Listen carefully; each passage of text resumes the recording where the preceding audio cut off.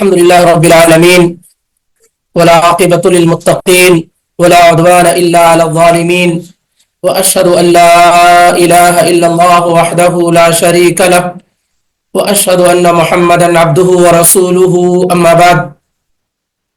قال العلامة حجة الإسلام أبو جعفر الوراق الطحاوي رحمه الله: هذا ذكر بيان عقيدة أهل السنة والجماعة على مذهب فقهاء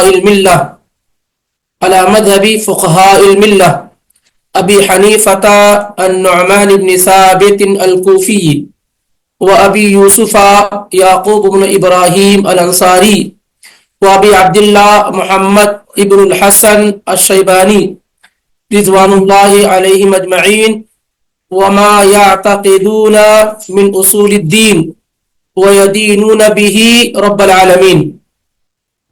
سبحانك لا علم لنا إلا ما علمتنا إنك أنت العليم الحكيم. رب اشرح لي صدري ويسر لي أمري واحلل عقدة من لساني يفقهوا قولي. رب زدني علما اللهم رب زدني علما. پچھلے ہفتے میں اللہ رب العالمین کی توفیق سے ایک اہم اور جامع کتاب عقیدے کے موضوع پر العقیدہ الطحاویہ شروع کی گئی، اور پچھلے دنوں میں اللہ رب العالمین کی توفیق سے امام ابو جعفر الطحاوی الحنفی رحمہ اللہ کا مختصر تعارف، اسی طریقے سے اس کتاب کا تعارف اور توحید کے بعض فضائل آپ کے سامنے ذکر کیے گئے، اور یہ بات واضح ہو گئی کہ توحید کا علم سیکھنا، عقیدے کا علم ہر انسان پر واجب اور ضروری ہے۔ دنیا میں کوئی بھی ایسا شخص نہیں ہے جس کو عقیدہ اور توحید سیکھنے کی ضرورت نہ ہو اور جو اس سے مستثنا ہو۔ بس یہ فرق ہے کہ ایک علم ہوتا ہے اجمالی اور دوسرا ہوتا ہے تفصیلی۔ ڈیٹیل اور تفصیل سے چند لوگ سیکھ لیتے ہیں تو کافی ہے، وگرنہ اجمال کے ساتھ یعنی موٹی موٹی جو چیزیں ہیں وہ ہر انسان پر واجب اور ضروری ہیں۔ اور اسی طریقے سے آج انشاءاللہ رب العالمین مقدمہ آپ کے سامنے پڑھا گیا ہے جو امام ابو جعفر الطحاوی رحمہ اللہ نے ذکر کیا ہے۔ کہتے ہیں مؤلف رحمہ اللہ، ابو جعفر الطحاوی پیدائش آپ کی 239 اور وفات 321 میں، 239 میں پیدائش اور وفات 321 میں، جیسا کہ پچھلے ہفتے میں ذکر کیا گیا، اور یہ مصر کے رہنے والے تھے۔ وہ کہتے ہیں اس کتاب کے اندر کہ ھذا ذکر بیان عقیدت اہل السنت والجماعہ، اس کتاب کے اندر اہل السنہ والجماعہ کے عقیدے کا ذکر کیا جا رہا ہے۔ ھذا ذکر بیان عقیدت اہل السنت والجماعہ، کہ اس میں اہل السنہ والجماعہ کے عقیدے کا ذکر کیا جا رہا ہے علی مذہب فقہاء الملہ، ملت اور امت کے جو فقہا ہیں ان کے طریقے پر۔ اور پھر ان میں سے ذکر کرتے ہیں ابو حنیفہ النعمان ابن ثابت الکوفی، یعنی فقہاء الملہ میں جو امت کے فقہا ہیں، جیسے ابو حنیفہ النعمان ابن ثابت اور ان کے دونوں شاگرد ابو یوسف یعقوب بن ابراہیم الانصاری اور ابو عبداللہ محمد بن حسن الشیبانی رحمہم اللہ۔ اور کہتے ہیں وما یعتقدون من اصول الدین، اور اسی طریقے سے جو عقیدہ وہ لوگ رکھتے تھے، کون لوگ؟ خاص طور سے ابو حنیفہ، ان کے دونوں شاگرد، دین کے سلسلے میں، اصول دین کے سلسلے میں جو عقیدہ وہ رکھتے تھے اور جس کے ذریعے سے وہ اللہ رب العالمین کی عبادت کرتے تھے، وہ ساری کی ساری چیزیں کیا ہے؟ ذکر کی جا رہی ہیں۔ ان میں سب سے پہلی چیز مؤلف رحمہ اللہ نے ذکر کیا اہل السنہ والجماعہ، ایک خاص اصطلاح ہے اہل السنہ والجماعہ۔ عقیدے کے بارے میں گفتگو ہو گئی تھی کہ عقیدہ کسے کہتے ہیں، اس کے بعد کہتے ہیں اہل السنہ والجماعہ۔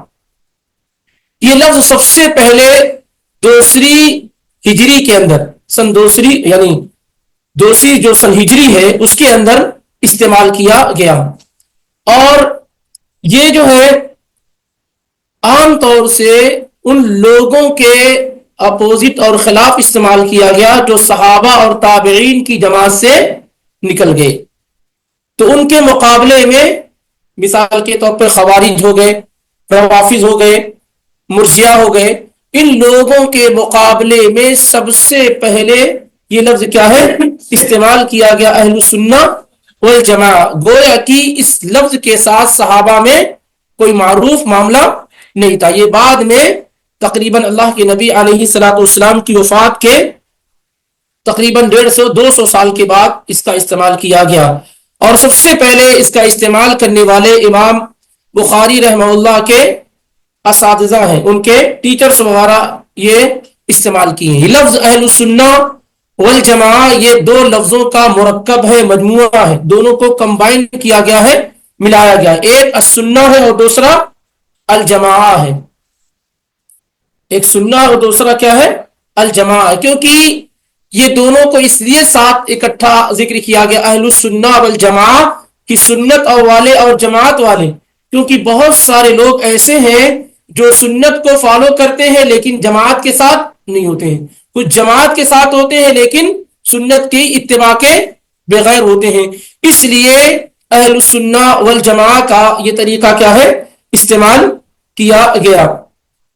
حالانکہ صحیح بات یہ ہے کہ سنت اگر کہا جائے تو جماعت کو لازم ہے، جماعت اگر کہا جائے تو سنت کو لازم ہے، یعنی دونوں آپس میں لازم و ملزوم ہے. جو اتباع سنت نبی صلی اللہ علیہ وسلم کی سنت کی پیروی کرنے والا ہوگا وہ ہر حال میں جماعت کے ساتھ ہوگا، اور جو جماعت کے ساتھ ہوگا وہ ہر حال میں نبی علیہ الصلوۃ والسلام کی سنت کی پیروی کرنے والا ہوگا.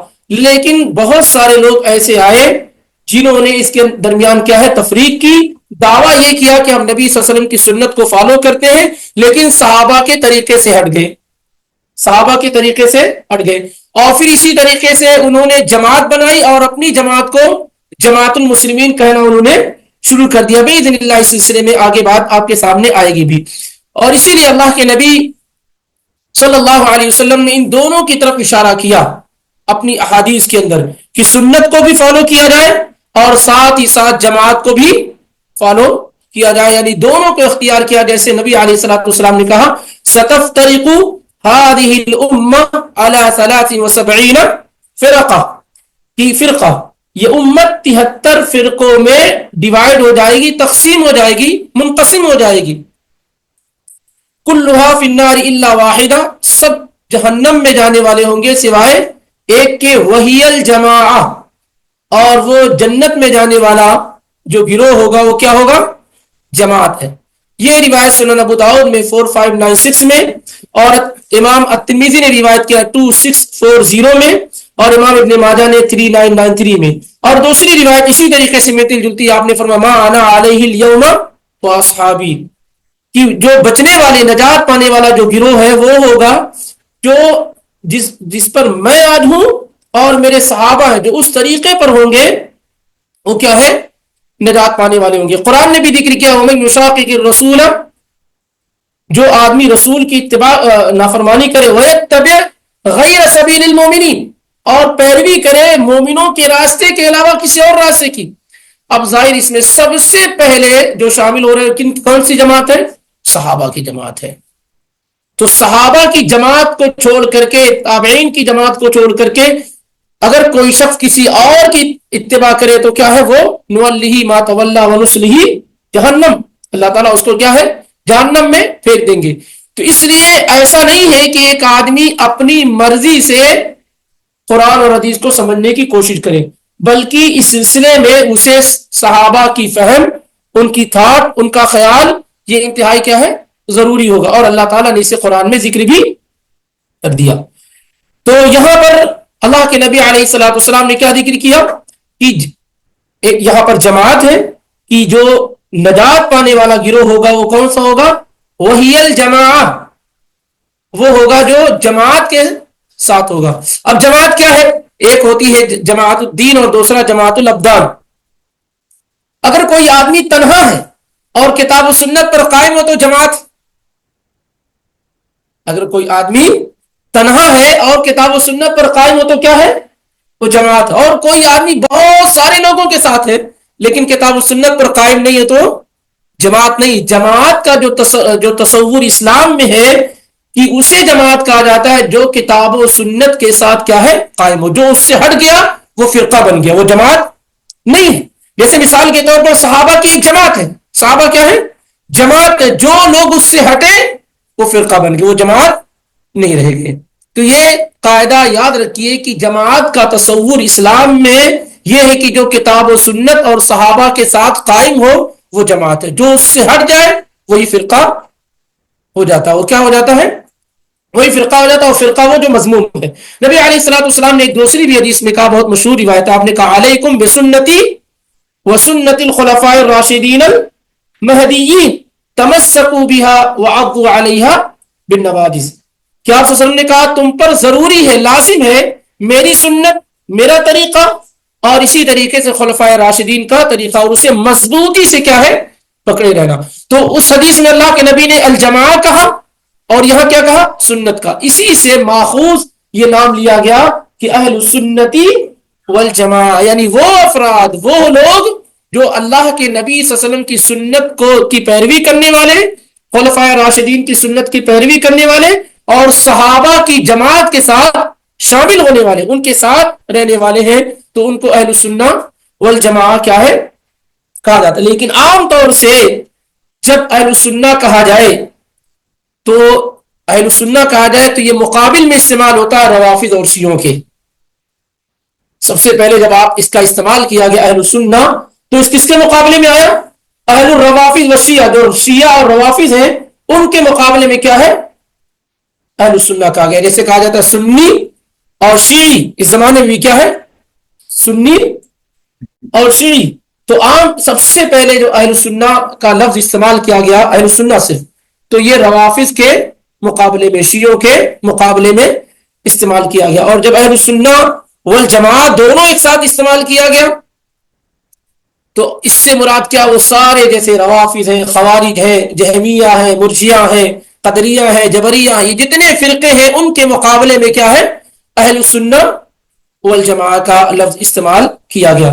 یہاں پر مؤلف رحمہ اللہ نے جو ذکر کیا ہے کہ هذا ذکر بیان عقیدت اہل السنۃ والجماع, اہل السنہ والجماع سمجھ میں آ گیا, علی مذہب فقہاء الملہ, ملت کے جو علماء ہیں ان کے طریقے پر اس عقیدے کو ذکر کیا جا رہا ہے.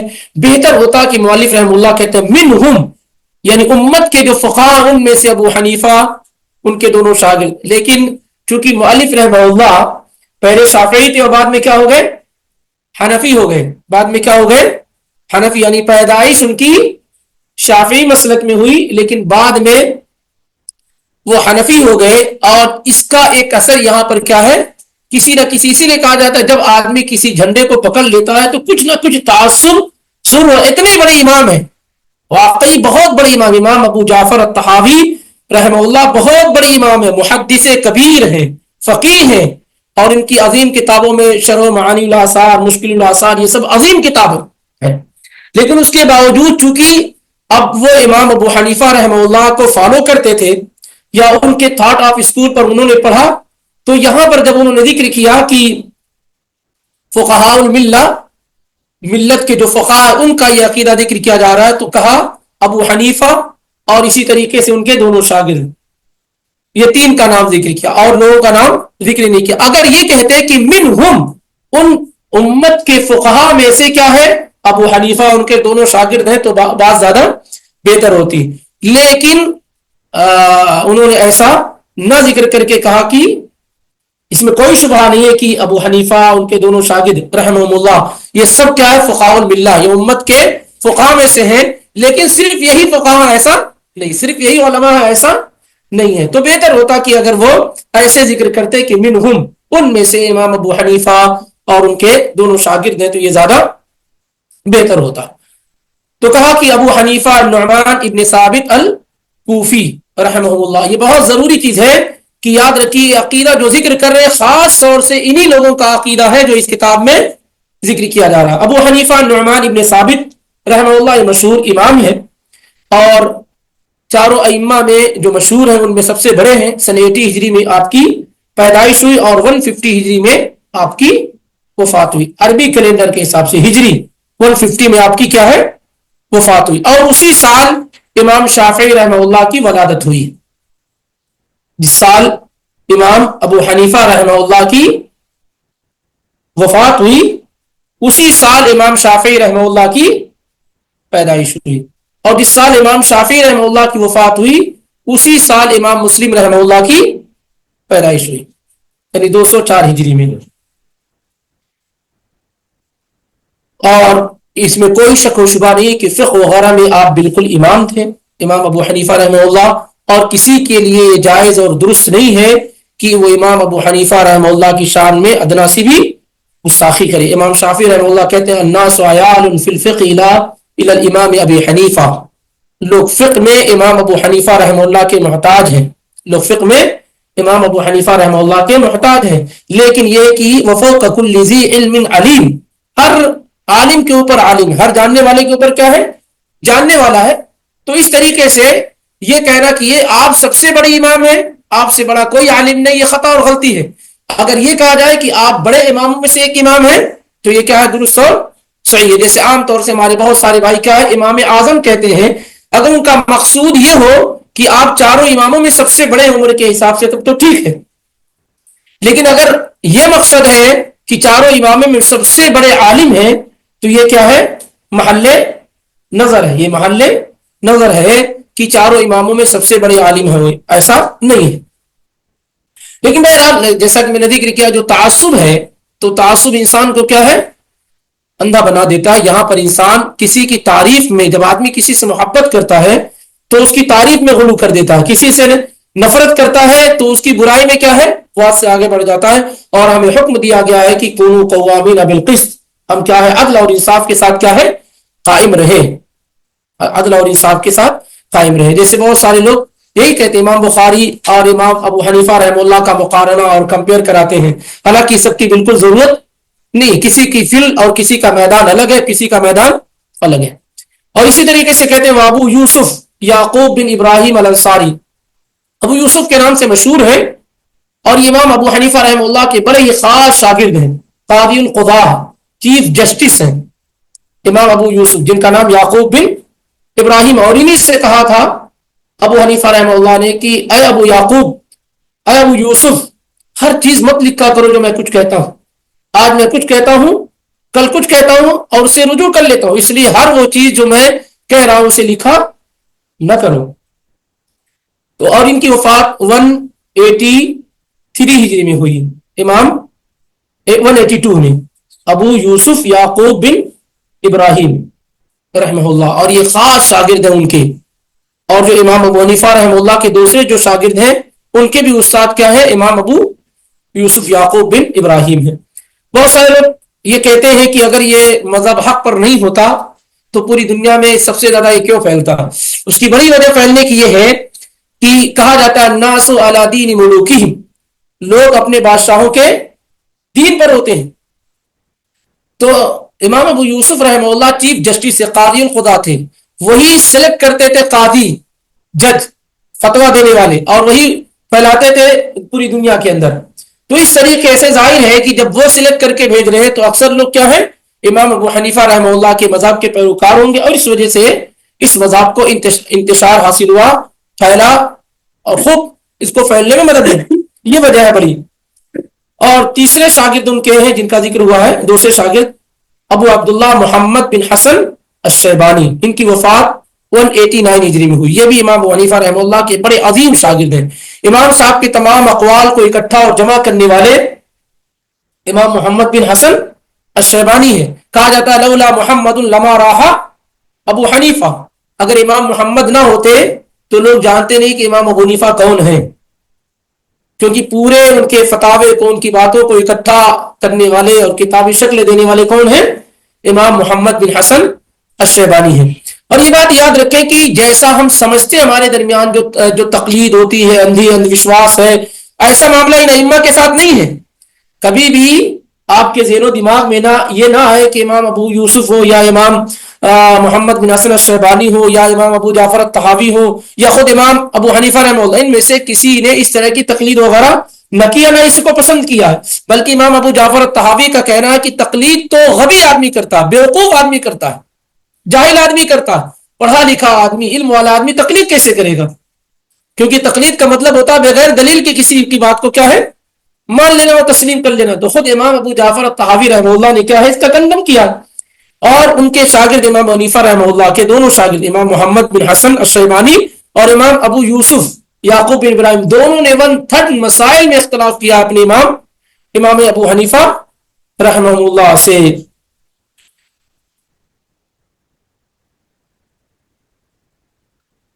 تو یہاں پر ذکر کیا ان تین اماموں کا ذکر کیا. البتہ یہاں پر جو اہل السنہ والجماعہ کا لفظ ذکر کیا ہے امام ابو جعفر الطحاوی رحمہ اللہ نے، اور کہا کہ جو کچھ ذکر کیا جا رہا ہے وہ اہل السنہ والجماعہ کا عقیدہ ہے. جو کچھ اس کتاب میں ذکر کیا جا رہا ہے وہ اہل السنہ والجماعہ کا عقیدہ ہے. تو کیا واقعی ساری کی ساری چیزیں من البدایہ الی النہایہ شروع سے اخیر تک سب اہل ایمان کا عقیدہ ہے، اہل السنہ والجماعہ کا عقیدہ ہے؟ اس کا جواب یہ ہے کہ ایسا نہیں ہے، بلکہ ایمان کی جو ڈیفینیشن ہے، ایمان کا جو مطلب ہے، جو تعریف ہے، اس تعریف سے ہی اہل السنہ والجماعہ کے ہاں جو عقیدہ ہے اس سے امام ابو حنیفہ اور حنفی مذہب کے لوگ کیا ہے الگ ہیں، مستثنا ہیں. یعنی اہل السنہ والجماعہ ایمان کی تعریف کیا کہتے ہیں، کیا کرتے ہیں؟ کہتے ہیں کہ ایمان کسے کہتے ہیں؟ التصدیق بالجنان وقول باللسان وعمل بالجوارح او الارکان. کہ ایمان کا مطلب یہ ہے کہ آدمی دل سے تصدیق کرے، زبان سے اقرار کرے، کہے، اور عمل کے ذریعے سے اس کے مطابق کیا ہے زندگی گزارے. تو وہ لوگ کہتے ہیں کہ عمل ایمان کے اندر داخل نہیں ہے، اور ایسے ہی لوگوں کو مرجئۃ الفقہاء کہتے ہیں.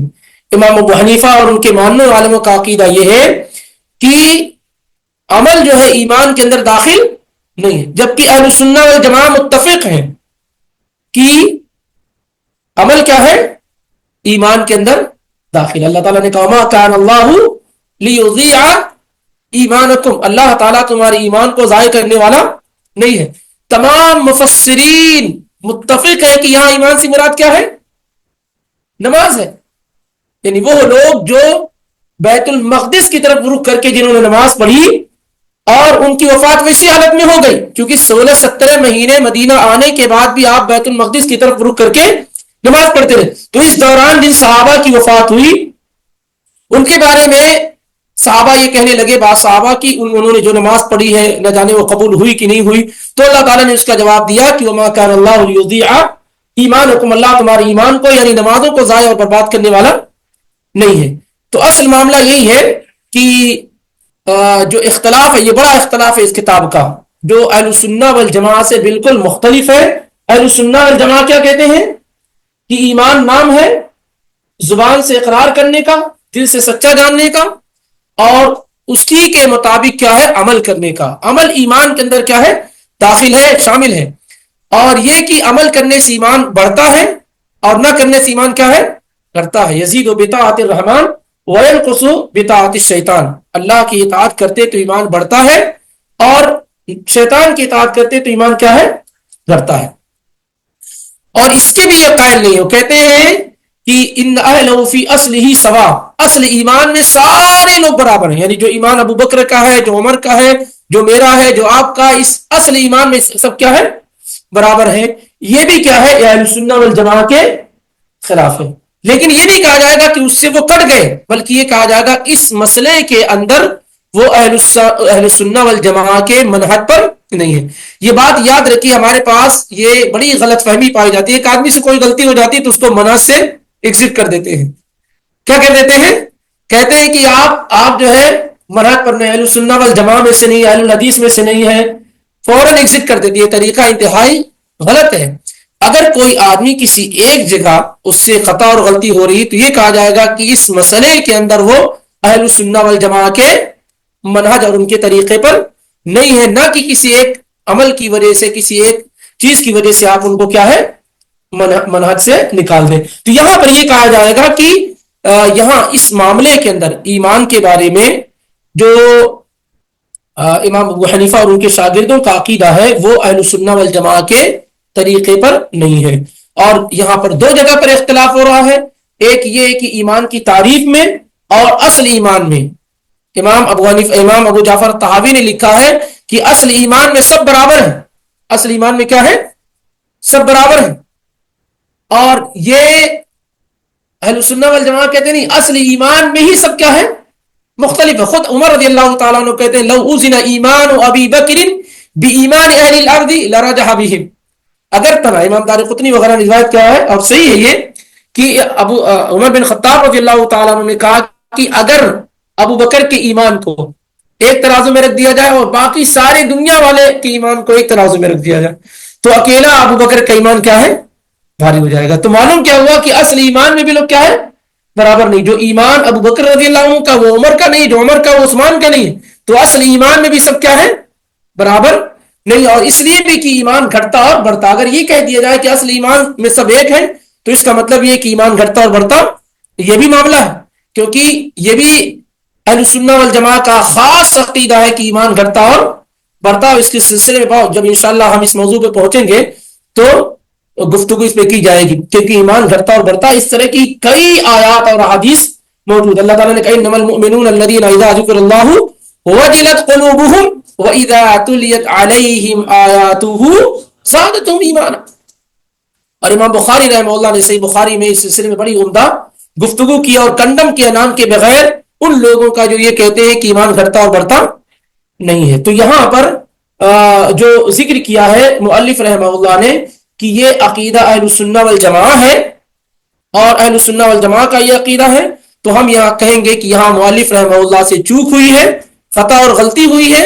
کیونکہ اہل السنہ والجماع کا عقیدہ یہ ہے کہ ایمان نام ہے تصدیق بالجنان کا، قول باللسان کا اور عمل بالارکان والجوارح کا.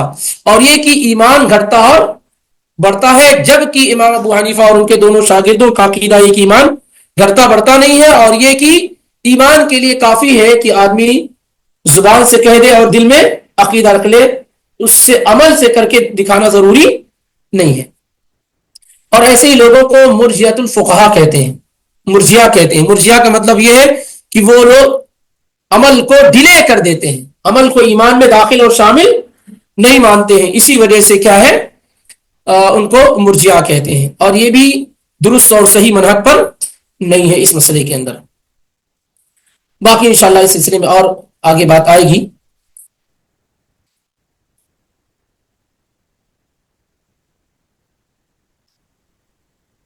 اور آگے کیا کہہ رہے ہیں مؤلف رحمہ اللہ؟ کہتے ہیں کہ وما یعتقدون من اصول الدین. بتایا گیا تھا کہ عقیدے کے ناموں میں سے ایک نام کیا ہے؟ اصول الدین ہے. یعنی جو عقیدہ وہ رکھتے ہیں اصول دین کے بنیادی اصولوں میں سے. جب اصول الدین کہا جائے عقیدے کے ناموں میں سے ایک نام کیا ہے؟ اصول الدین ہے. جیسے التوحید ہے، العقیدہ ہے، الشریعہ ہے اور اسی طریقے سے الایمان ہے، الفقہ الاکبر ہے. یہ سب نام کیا ہے پچھلے ہفتے میں ذکر کیے گئے تھے. تو عام طور سے جب اصول الدین کہا جاتا ہے تو اس میں وہ چیزیں خاص طور سے شامل ہوتی ہیں جو حدیث جبریل میں ذکر کی گئی. ایمان کی بنیادی کیا ہے؟ جو 6 ارکان ہیں وہ عام طور سے اس میں کیا ہے شامل ہوتے ہیں. پھر اس کے ساتھ ساتھ ڈیپ میں ہم جاتے ہیں تو ساری کی ساری چیزیں اس میں آ جاتی ہیں. تو یہاں پر کہتے ہیں وما یعتقدون بہ من اصول الدین. اور جو کچھ وہ عقیدہ رکھتے ہیں دین کے اصول میں سے، ایمان میں سے، اور جس کے ساتھ وہ اللہ رب العالمین کی کیا ہے عبادت کرتے ہیں، ان تمام چیزوں کو کیا ہے یہاں ذکر کیا جا رہا ہے. گویا کہ خلاصہ یہ ہے کہ یہ اہل سنہ والجماع کا عقیدہ ہے جو یہاں ذکر کیا جا رہا ہے. امت کے جو ملت کے جو فقہاء ہیں اور ابو حنیفہ، خاص طور سے ابو حنیفہ اور ان کے دونوں شاگرد رحمہ اللہ، اور جو کچھ وہ عقیدہ رکھتے ہیں اور جس طریقے سے وہ اللہ تعالیٰ کی کیا ہے عبادت کرتے ہیں، ان تمام چیزوں کو کیا ہے یہاں پر ذکر کیا جا رہا ہے. اب اس کے بعد سب سے پہلی پوائنٹ ذکر کر رہے مؤلف رحمہ اللہ کہ نقول فی توحید اللہ معتقدین بتوفیق اللہ ان اللہ واحد لا شریک لہ. اب جو عقیدہ ہے اس کو ایک ایک کر کے مؤلف رحمہ اللہ کیا ہے ذکر کرتے ہیں. پہلی چیز کیا ذکر کرتے ہیں؟ نقولو فی توحید اللہ تعالی، نقولو ہم کہتے ہیں، یعنی زبان سے اقرار کرتے ہیں. کیا ہے؟ کہتے ہیں، زبان سے اقرار کرتے ہیں. یعنی ایک آدمی اگر دل میں کہتا لا الہ الا اللہ اور زبان سے نہیں کہتا تو اس کا اعتبار ہوگا نہیں. دل سے بھی کہتا ہے اور زبان، دل سے بھی اقرار کرتا ہے اور زبان سے بھی کہتا ہے لیکن عمل سے نہیں کرتا، اس کا اعتبار ہوگا. جیسے کہ ہمارے پاس جتنے بھی اللہ تعالیٰ ہدایت دے، جو شرک کے اندر مبتلا ہے، وہ زبان سے بھی کہتے ہیں لا الہ الا اللہ، دل میں بھی کہتے ہیں، تصدیق بھی کرتے ہیں، لیکن عمل اس کے خلاف کرتے ہیں. عمل کیا ہے؟ اس کے خلاف کرتے ہیں. یا تو وہ لا الہ الا اللہ کا صحیح مطلب اور معنی نہیں سمجھتے ہیں، یا پھر سمجھنے کے بعد اس کے خلاف ہو جاتے ہیں. اسی لیے کہا نقول، ہم کہتے ہیں. ہم کیا ہے؟ کہتے ہیں. کیونکہ عقیدہ صحیح ہونے کے لیے ضروری ہے کہ آدمی زبان سے اس بات کا کیا ہے؟ اقرار بھی کرے جو دل میں وہ عقیدہ رکھے ہوئے.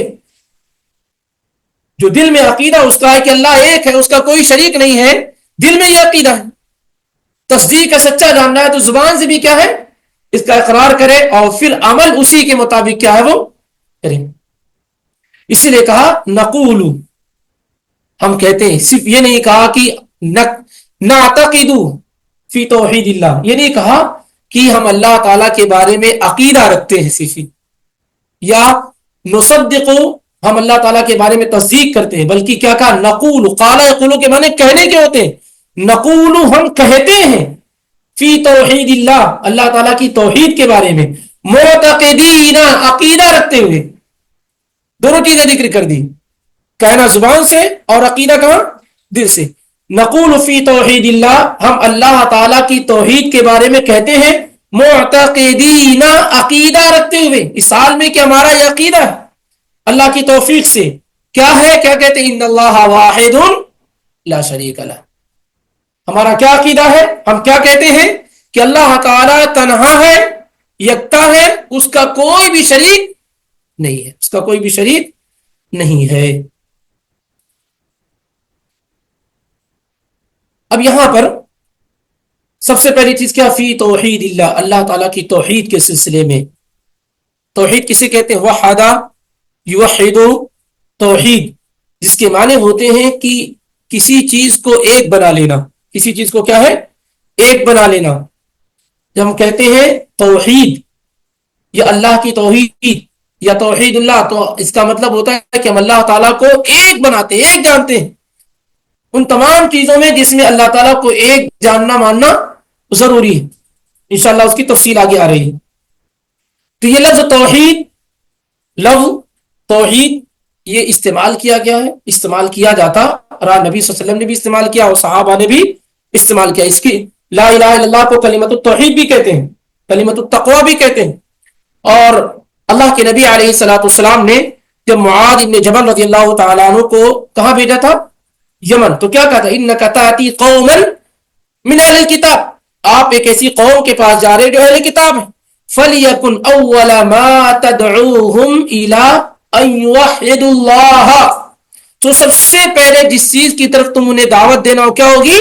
کہ وہ اللہ تعالیٰ کی توحید کو مان لے، اقرار کر لے. وحدہ یوحد یوحد اللہ، وہ اللہ کو ایک جان لے، ایک مان لے، جیسا کہ صحیح بخاری میں 1496 اور مسلم میں 130 میں موجود ہے. تو یہاں اللہ کے نبی علیہ الصلوۃ والسلام نے توحید اللہ، اللہ کی توحید کا لفظ استعمال کیا.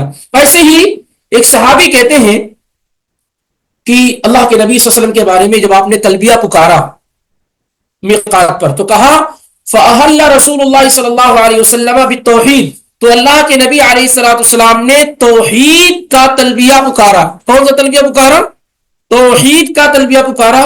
یہ روایت صحیح مسلم میں 3009 میں اور ابن ماجہ میں 3074 میں ہے. اب توحید والا تلبیہ کیا ہے؟ وہی لبیک اللہم لبیک، لبیک لا شریک لک لبیک، ان الحمد والنعمت لک والملک لا شریک لک. یہی کیا ہے؟ یہی توحید کا تلبیہ ہے. یہی کیا ہے؟ کیونکہ پورے تلبیے میں ہم اللہ کے بار بار ایک ہونے کی کیا کر رہے ہیں؟ گواہی دے رہے ہیں، اقرار اور اعتراف کر رہے ہیں. تو یہاں بھی کیا ہے؟ احادیث کے اندر بھی یہ کلمہ توحید آیا ہوا ہے. توحید کا لفظ کیا ہے؟ آیا ہوا ہے. اب جب ہم کہتے ہیں کہ توحید توحید بار بار کہتے ہیں، ہم رٹتے رہتے ہیں، اس کو بیان بھی کرتے ہیں، تو کیا مطلب ہوتا ہے توحید کا؟ کیا مطلب ہوتا ہے توحید کا؟ اللہ کی بات، اللہ تعالیٰ کو جن چیزوں میں ایک جاننا اور ماننا ضروری ہے، اس میں اللہ تعالیٰ کو کیا ہے؟ ایک جانے اور مانے. اور اس لیے علماء پھر اس کی توحید کو 3 حصوں میں کیا کرتے ہیں؟ ڈیوائڈ کرتے ہیں، جو صرف اللہ تعالیٰ کی ذات سے متعلق، اللہ تعالیٰ سے متعلق ہے. جیسے کہتے ہیں توحید الربوبیہ، یعنی اللہ تعالیٰ واحد فی ربوبیتہ، اللہ تعالیٰ اکیلا ہے، تنہا ہے، یکتا ہے، کس میں؟ اپنی ربوبیت میں. اور رب کس کو کہتے ہیں؟ الخالق والمالک والمدبر، وہ ذات جو پیدا کرنے والی ہو، جو مالک ہو ساری چیزوں کی، اور جو پورے سسٹم اور نظام کو چلانے والی. الا لہ الخلق والامر. تو اللہ تعالیٰ رب ہونے میں کیا ہے؟ اکیلا ہے، تنہا ہے، یعنی کوئی آدمی کسی کو پیدا، کوئی کتنا بڑا کیوں نہ ہو، پیدا نہیں کر سکتا. پیدائش، پیدا کرنا، کریٹ کرنا کس کا ہے؟ اللہ تعالیٰ کا. ھذا خلق اللہ فارونی ماذا خلق الذین من دونی. تو اللہ تعالیٰ ان تمام چیزوں میں رب ہونے میں کیا ہے؟ اکیلا ہے. اولاد کون دے گا؟ اللہ تعالیٰ. بیماروں کو شفا کون دے گا؟ اللہ تعالیٰ. یہ جتنی چیزیں یہ سب کیا ہے؟ اللہ کے ذمے ہے. تو اس میں اللہ رب العالمین کیا ہے؟ تنہا. رب ہونے میں، پالنے میں، پوسنے میں، ان تمام چیزوں میں کیا ہے؟ اللہ رب العالمین اکیلا ہے، تنہا ہے. اور دوسری توحید الالوہیہ، اور اس کو العبادہ بھی کہتے ہیں، یعنی واحد فی الوہیتہ فی عبادتہ، اللہ تعالیٰ عبادت میں تنہا ہے، یکتا ہے، یعنی عبادت صرف اللہ ہی کی کیا ہے؟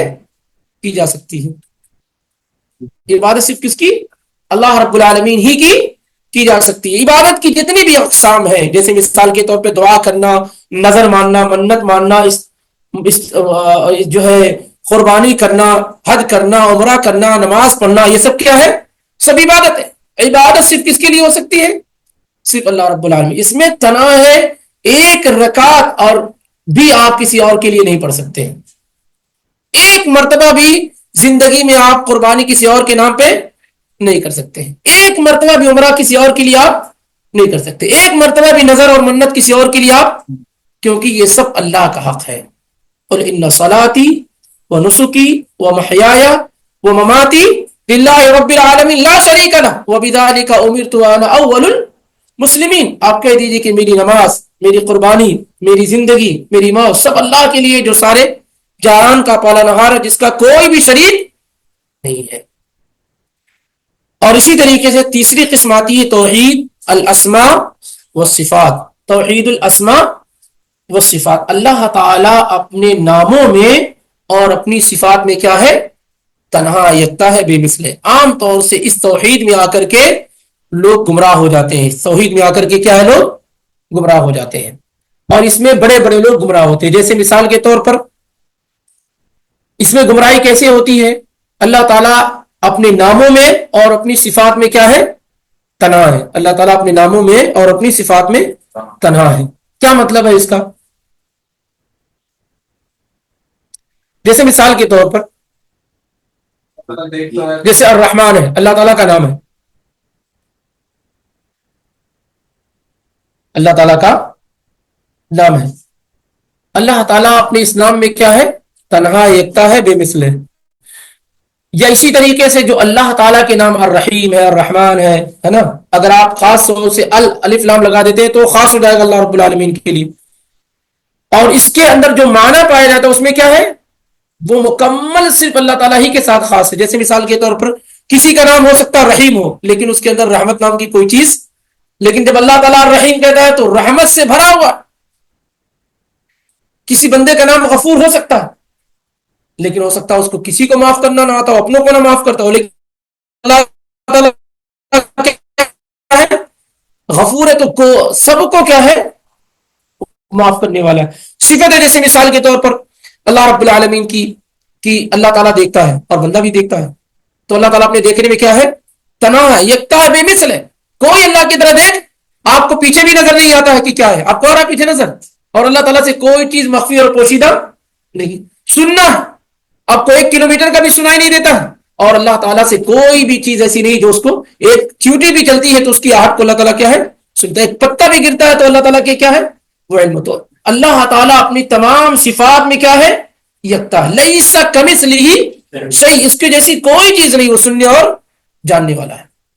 عام طور سے جیسے اللہ تعالیٰ نے ذکر کیا ہے، قاعدہ یاد رکھیں کہ اللہ تعالیٰ نے جتنی صفات اپنے بارے میں ذکر کی ہیں یا اللہ کے نبی علیہ الصلوۃ والسلام نے ذکر کی، اس پر ایمان اور عقیدہ کیا ہونا چاہیے من وان ہو بہو، ویسے ہی اس کو مانا جائے، تسلیم کیا جائے، ایڈمٹ کیا جائے جیسے اللہ اس کے رسول نے کیا ہے بیان کیا. جیسے مثال کے طور پہ اللہ تعالیٰ کہتا ہے تبارک الذی بیدہ الملک، بابرکت ہے وہ ذات جس کے ہاتھ میں بادشاہت ہے، جس کے ہاتھ میں بادشاہت. اب بہت سارے لوگ کہتے ہیں کہ اگر ہاتھ کہیں گے تو بندوں کے ہاتھ سے مشابہ ہو جائے گا، اس لیے کیا کرتے ہیں وہ کہتے ہیں ہاتھ سے مراد طاقت اور قوت ہے جس کے قبضے قدرت میں بادشاہت ہے. اہل سنت والجماعہ کیا کہتے ہیں کہ جب ہم نے پہلے یہ مان لیا ہے، اس بات کا عقیدہ رکھ لیا کہ اللہ رب العالمین جیسی کوئی چیز ہے ہی نہیں،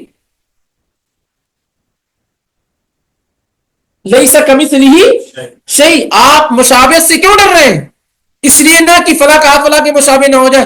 جب اللہ تعالیٰ کسی کی طرح ہے ہی نہیں اور اللہ رب العالمین جیسا کوئی ہے ہی نہیں تو کیسے تشابہ ہو سکتا ہے؟ تو اللہ تعالیٰ کے ہاتھ ہے لیکن اس کی اپنی شان کے اعتبار سے اس کو بدلنے کی ضرورت نہیں ہے. اللہ تعالیٰ کہتا ہے تجری بأعیننا، نوح علیہ السلام کی کشتی ہماری آنکھوں کے سامنے چل رہی تھی.